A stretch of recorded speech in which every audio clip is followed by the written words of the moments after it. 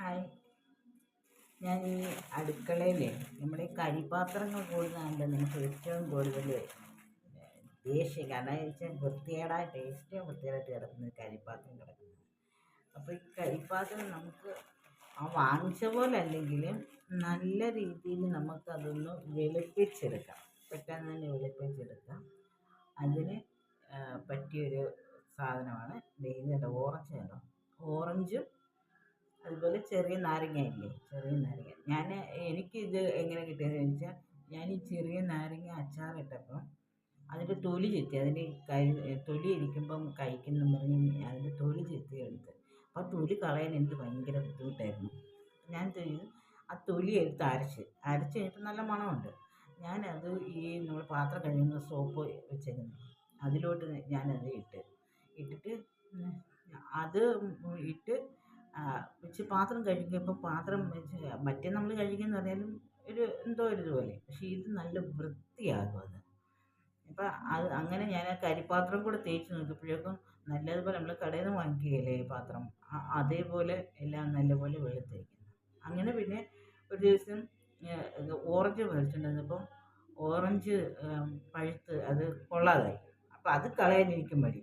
അപ്പം ഞാൻ ചെയ്ത് ആ ഓറഞ്ച് നന്നായിട്ട് ഞെരടി വെച്ച് ഈ സോപ്പ് പൊടിക്കകത്തിട്ട് വെച്ച്, സോപ്പിൻ്റെ അകത്തിട്ട് വെച്ച്, സോപ്പ് പൊടിയല്ല പാത്രം കഴുകുന്ന സോപ്പിൻ്റെ അകത്തിട്ട് വെച്ച്, അത് വെച്ച് പാത്രം കഴിക്കുമ്പോഴും നല്ലതായിട്ട് എന്നുവെച്ചാൽ അതിന് നമ്മൾ ഈ പ്ലാസ്റ്റിക് കവറില്ലേ നമ്മൾ വേസ്റ്റ്, ആ കവർ വെച്ച് ചുമ്മാ ഒന്ന് തേച്ച് വിട്ടാൽ മതി, നന്നായിട്ട് വെളുക്കും. അപ്പോൾ ഈ ഓറഞ്ച് അപ്പം ഞാനത് ഒന്ന് കാണിച്ചു തരാം. ഈ ഓറഞ്ചിന് പുളിയാണ്, തിന്നാൻ കൊള്ളത്തില്ല. അപ്പോൾ നമുക്ക് ഇതും കൂടി ചേർത്ത് വെച്ച് നമുക്കത് അരച്ചെടുക്കാം. പുളി തിന്നാൻ കൊള്ളുക. ഒരു ഓറഞ്ചും കൂടെ വെച്ച് അരച്ചിട്ട് ഈ സോപ്പ് അതിൻ്റെ അകത്ത് ഇട്ടിട്ട് കരിപ്പാത്രം കഴിക്കാൻ അല്ല,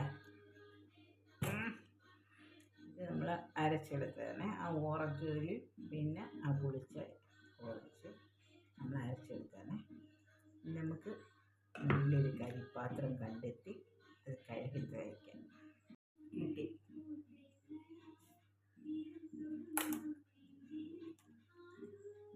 നമുക്ക് നല്ല കരിപ്പാത്രം കിട്ടിയിട്ടുണ്ട്. ഇതൊന്ന് തെളിയിച്ചെടുക്കാം.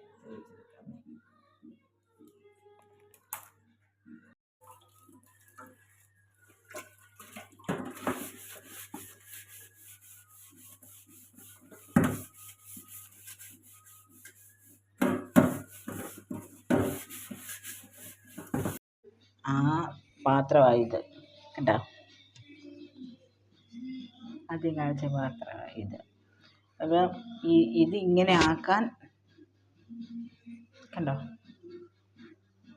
ആ കരിപ്പാത്രമാണ് ഇതിങ്ങനെ ആയത്. അപ്പം ഞാൻ അതിൻ്റെ അകത്ത് പരസ്യമൊന്നുമല്ല, ഈ പവറിൻ്റെ സോപ്പില്ലേ, ഈ പവറിൻ്റെ സോപ്പ് ഏറ്റവും നല്ലത്. അതിന് ഈ പവറിൻ്റെ സോപ്പും കുറച്ചെടുത്ത് നമ്മൾ അരച്ച മിക്സും കൂടി ഇട്ടിട്ട് ഈ പാത്രം നല്ല കമ്പിയിട്ട് ഉരച്ച് ഇതുപോലെ ഞാൻ ആദ്യം കാണിച്ചത് എങ്ങനെയായിരുന്നു, ഇതുപോലെ കിട്ടും.